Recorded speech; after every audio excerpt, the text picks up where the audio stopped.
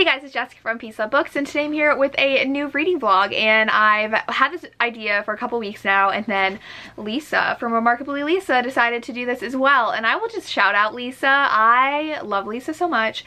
If you're not following her yet, you have to. I love Lisa's videos. She's one of my best friends, and she did this video where she was giving authors a second chance, and she used this book, one of them that I'm reading, and we both did not enjoy the first book by that author, but she did 5 or 6 books, so go check Lisa out.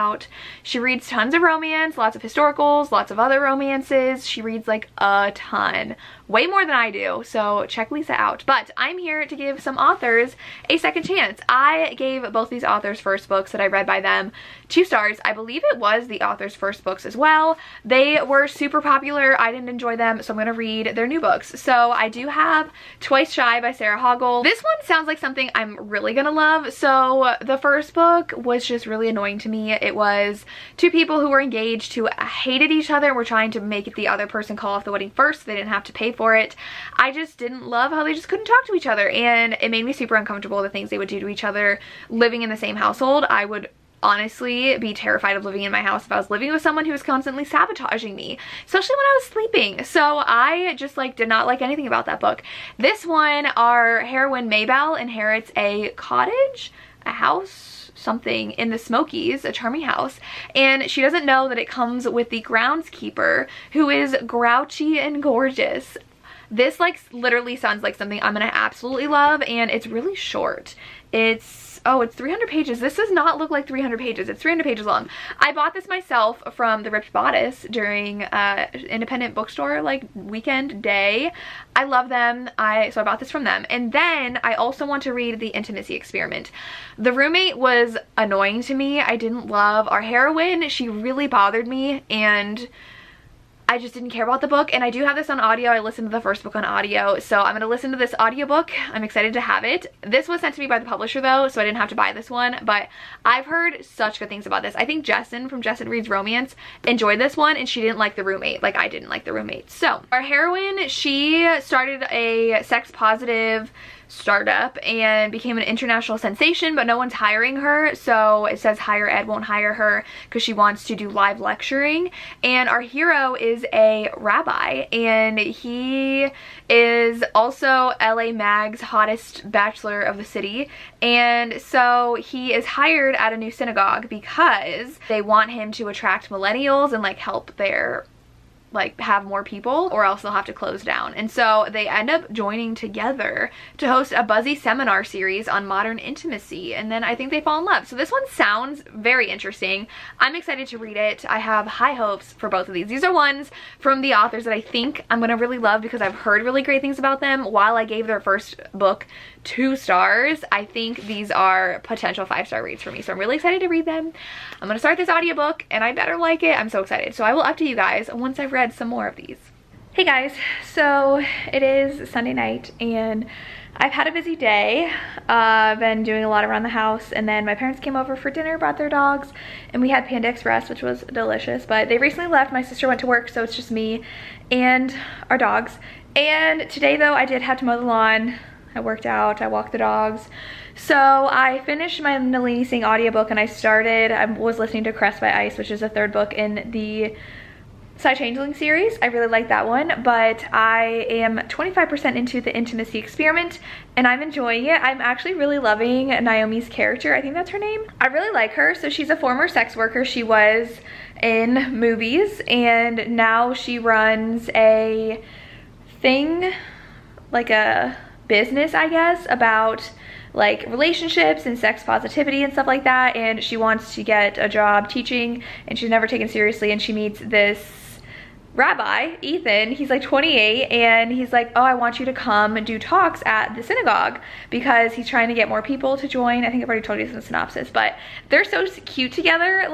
It's really adorable. And she's like, oh, I always want unavailable people because then I don't have to commit to a relationship. And she's definitely talking about Ethan because he's a rabbi, and she's like, he could never be with me because of my reputation and my line of work. That would never work with a rabbi. So it's really cute so far. I like it. I like how her friend from book 1 is still in it. I don't remember her name right now. I'm liking seeing them as the side couple, and it's just cute. I like it. I'm not hating it, so I'm really happy. I'm excited to actually like continue on listening to the audiobook.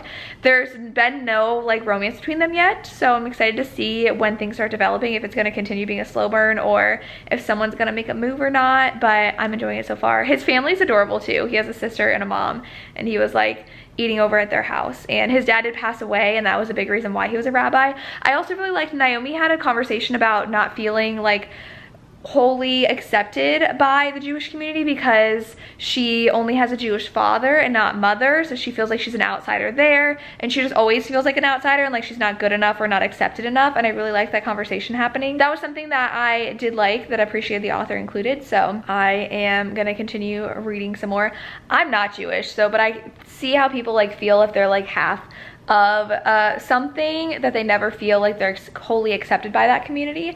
So that was cool how the author included that. But I will definitely update you guys tomorrow because I have my drive to and from school. Tuesday's our last day of school, so I only have 2 more days of driving, over an hour total. So I'm not gonna have as much audiobook time, but that means that I get to run in the morning and then walk my dogs in the morning, and that's equivalent of me driving to and from school. So yeah, I'm excited to have the summer now. So, but I'm hopefully gonna finish this vlog within the next few days because I'm gonna fly through this audiobook, I know, and then I'll pick up Twice Shy. Hello everybody, ignore everything going on. I just worked out and now I'm about to make some deviled eggs for work tomorrow. It's our last day of school. So we're having a potluck, so everybody's gonna bring something and everybody gets to take something for lunch. But I am listening to The Intimacy Experiment. I'm actually really far into it. I have only 3 hours left, so that's really an hour of listening for me. So I just wanna listen while I'm like making my eggs, and it's fine. It's not bad. I'm not hating it, but it's kind of boring. Like, it got boring in the middle, and I'm like, okay, they're just like, they like each other, but they're not telling each other they like each other. They're spending more time together, and things are finally starting to pick up now. So this is definitely not gonna be a 5-star read, but I feel like I said this in my last reading vlog, I'm just not super impressed with traditionally published romance lately. It's just fine. Like, there's nothing amazing about it. I'm not like in love with the story. I don't even remember the last time I gave one 5 stars, other than Dial A for Auntie says that was hilarious and not like anything I've ever read before. But all the other traditionally published romances I've been reading this year have just been okay. They're not anything I'm madly in love with. I'm not like dying for the romance. They're just like, oh, that's nice, but like nothing exciting. It's just fine. So that's how this one feels, and they're finally trying to like try a relationship, and Naomi is still like giving her lectures, and that's it. So I don't know. And of course she's like a little bit more hesitant because she really likes Ethan and doesn't know what to do. But that's it. So I'm gonna keep on listening. I don't know if I'll give this a 3 or 4 star. It's definitely more pleasurable than The Roommate. Like, I'm not hating it. I'm enjoying it. Nobody's really annoying me. It's just fine. Nothing bad to say, but nothing really overtly good to say. Hey guys, so I finally finished. I don't even know what time it is right now. It is 6:30 and I finished making my eggs, I ate some dinner, and I finished the audiobook, and I think I'm gonna give it like 3.5, 4 stars. I don't know, I might round it up to 4. I like to read Goodreads reviews after reading a book that I'm not like sure what I want to rate it, and they're not loading right now. I can like pull up the book on my computer and then it won't load any of the reviews because Goodreads is quite annoying when it comes to being able to be used efficiently.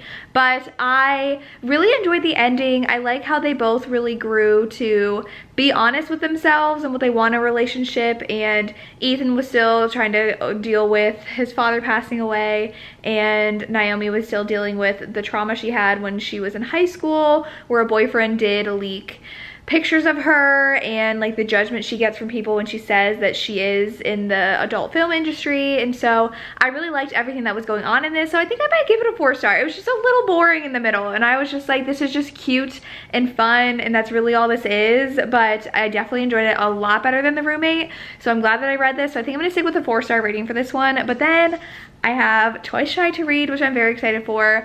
I'm gonna try to read a lot tonight, and my sister actually is coming home from my parents' house right now with only Darcy. We always bring our dogs over to my parents' house, but Darcy is getting a tooth removed tomorrow, so we are leaving Lily with my parents so that we don't have to worry about Lily like not having Darcy with her for like 3 or 4 hours, because Lily is a very needy dog. She's very sensitive. She is like best friends with my parents' dog Gigi, and so I think being with Gigi and Eva, my parents' other dog, will make her her feel a lot better while we have Darcy have her procedure. So Darcy's gonna be home alone tonight, which is really funny because she's gonna love it, because she loves having us to herself and gets annoyed with Lily sometimes because Lily will kind of get all up in her face. But it's just Miss Darcy, and I'm so sad the only time we could get this procedure done was on my last day of school.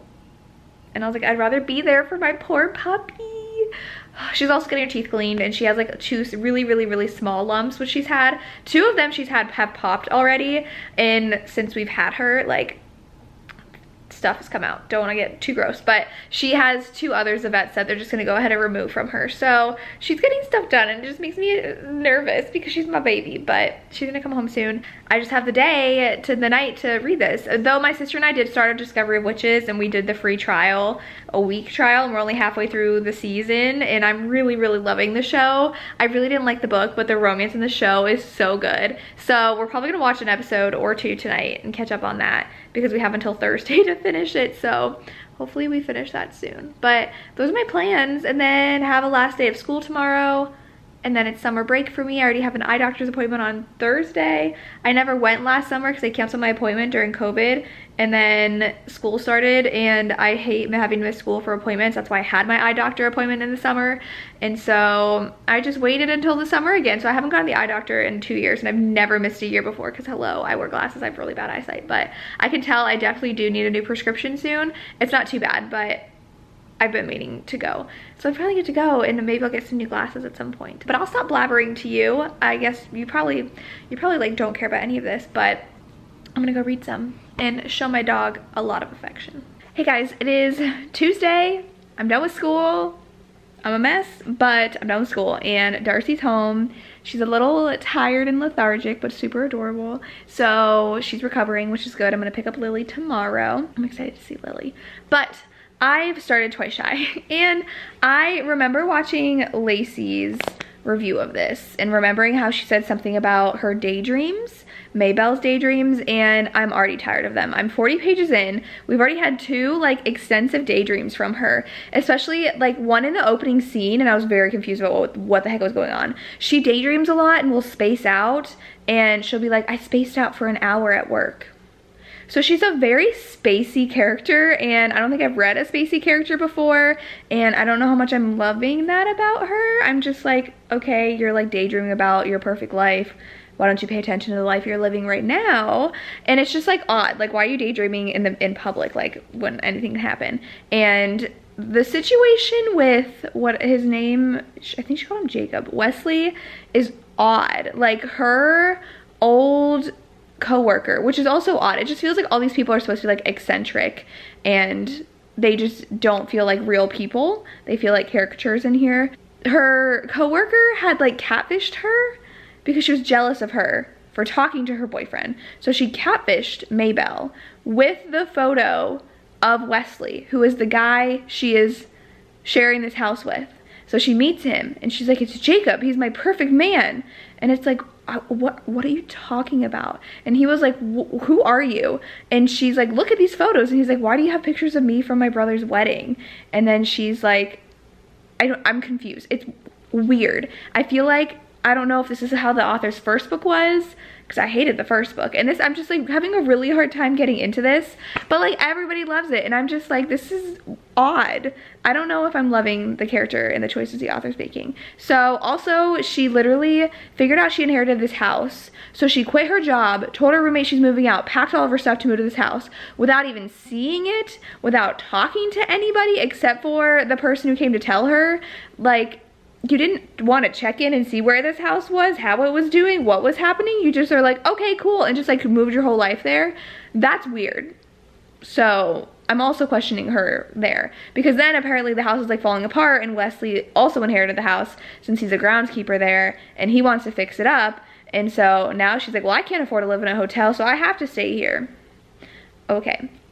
There's a lot I feel like I have to suspend my disbelief for in this book, and I'm not sure if I love it. And I don't really like their meeting, and like she's just, I'm like, what are you doing? I don't know. So I don't really like Maybelle that much, but we'll see if it gets better. Hopefully it does. Hello. So So Miss Darcy is doing well. We put this little shirt on her. The armholes are big enough for her to move, but it dragged, like her back feet were getting caught in it, so I tied it. She has stitches in this front arm, her stomach, and then the left back one. And the left back one has been bothering her a little bit, so we did get an inflatable cone in case we had to put it on her, but she's being really good right now. So she's just in her favorite chair. She's been cuddling all day. And then Miss Lily's back. Hi, Lily. Hello. She's super tired. She was at my parents' house for what, 2 days? And she non-stop plays when she's with them, so she's a little tired. You okay? You okay? And she's hungry because it's about an hour from dinner time, and that's when she starts whining. Yes, it is. Okay, so I've had a good day today. I got to work out, I cuddled with Darcy, I filmed a video, then I picked up Lily from my parents' house. I did read 100 more pages, 150 more pages of this. I'm almost on page 200, and it's fine. Like, the beginning's really slow, and I'm just starting to kind of like Wesley, but I still feel like there's not really a connection between them. I don't know, I'm just like not feeling the romance that much. And Maybelle is just an interesting character. I feel like there's not a lot to her character. Like, I don't get her. Like, I don't know. She literally dropped everything to move to this place, and I don't know. I feel like there should be more to her character. I don't fully grasp her yet, but I feel like we're not getting a lot of character development on her anyways. Lily, it's okay. Like, I don't really know a lot about her past. At first, I'm like, I think it said something about her mom having her at 15, but I don't know if that was true or not. I don't know. This is definitely not a 5-star read. I don't know if I'm going to ever read anything from these two authors that's going to be a 5-star read, but I don't know if I'm just being too critical of these characters, but I don't know. We'll see how it continues on, because the beginning was really slow. It's cute. I mean, I really like Wesley. I think I would have liked also his perspective to understand who he is and why he's there and his family a little more, but it's fine so far. Hi guys, I know this lighting is like really bad, but I have 2 puppies surrounding me, so I can't really move, but I do want to update you because right as soon as I stopped talking to you and I read a little bit more, I really don't like this light. Okay, that's better. So right as soon as I stopped talking to you, we got a little bit of update about Wesley and his past, and they finally talked to each other and learned more about each other, and I'm really believing the romance now. It's a pretty slow burn romance, and he's adorable. He has anxiety, so he really likes writing to her because they like write back and forth to each other while they're cleaning the house. So it's getting a lot cuter. I just think that it took too long to get there. Like, the beginning of this, I'm like, oh, okay, like, I don't know how much I like her. I'm not feeling any romance whatsoever, so it's definitely more slow burn. But it's really cute now, and he's just adorable. He's definitely why I'm enjoying this book so much, so I'm excited to continue reading to see more of him, and what I thought was going to be a huge conflict wasn't, which I appreciated. That wasn't drawn out into something big and annoying. It was resolved pretty quickly, so I'm gonna keep on reading and up to you guys when I'm done. Alright guys, so this is as good as this is gonna look. I just finished Twice Shy, and the last 100 pages were absolutely adorable, and I loved them. Wesley is absolutely adorable, and I loved him, and I really loved how Maybelle was like, I need to start standing up for myself, I need to start living life for myself, I need to have a life. She's like 29, and she's like, I have never lived life for myself, I need to figure out what I want and just go for it. And I'm like, yes you do. It's about time you realize that. So I'm glad that she realized that. Her relationship with Wesley, though, is just so adorable. I really love the ending. I thought it was really cute, and Wesley is just so adorable.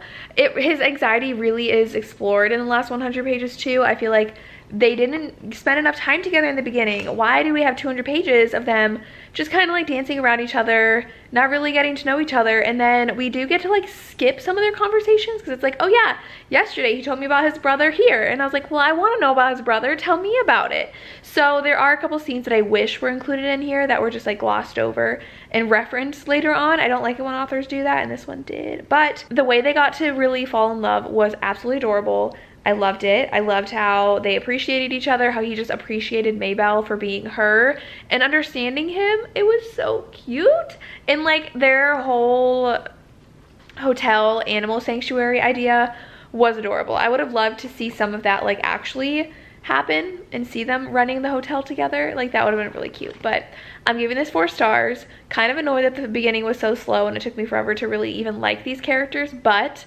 the ending was adorable. I'm so happy this ended up being super cute, because even like 2 clips ago I was like, I'm still bored. But now it was so cute. Like, give me the last 100 pages and more.